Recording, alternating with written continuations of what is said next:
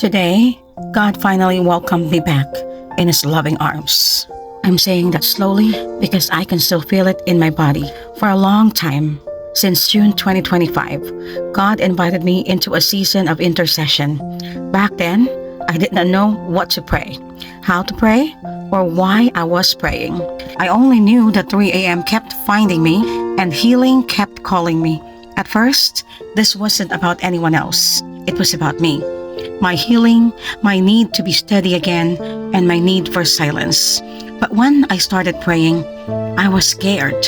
There were emotions I could not control, noises I could hear clearly, thoughts and instructions in my head, and I did not know whose voice they were.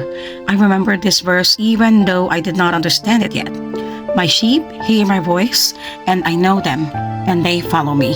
John chapter 10 verse 27. I did not have clarity. I only had sincerity. So I trusted God with that.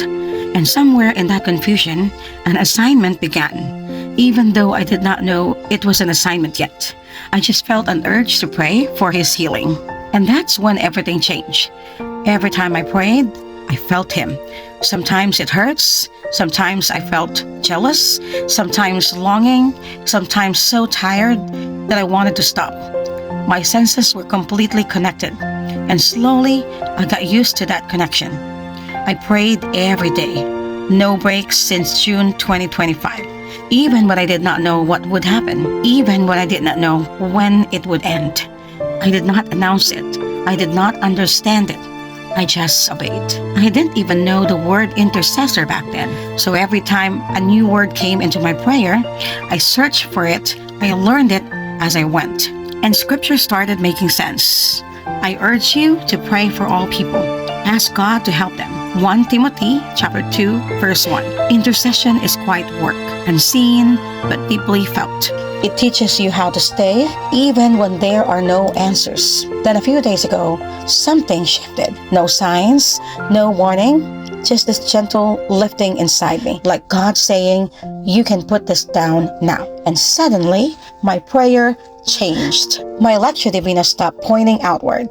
It turned me back to God. At first, that scared me. Then it broke me open because I realized something I was not prepared for. When you intercede for a long time, you don't just carry prayer. You carry closeness, and letting go hurts. I felt divided because part of me missed that connection so much, and another part of me just wanted God. Not as someone strong, not as someone faithful, but as someone who needed to be held. That's when I cried, not because I failed, but because I felt God say, well done, good and faithful servant. Matthew chapter 25 verse 21. And then gently, now rest. Come to me, all who are weary, and I will give you rest. Matthew chapter 11 verse 28. Intercession is holy, but it is not forever. Obedience has seasons, and rest is not weakness. Rest is obedience. If you're in a season where the burden suddenly lifts, don't be afraid. Sometimes grace looks like release. Today, I'm choosing to rest, to be still, to love, to let God love me again, and I am grateful, so deeply grateful for the season, for the release, and for the God who knows exactly when to call His children back home.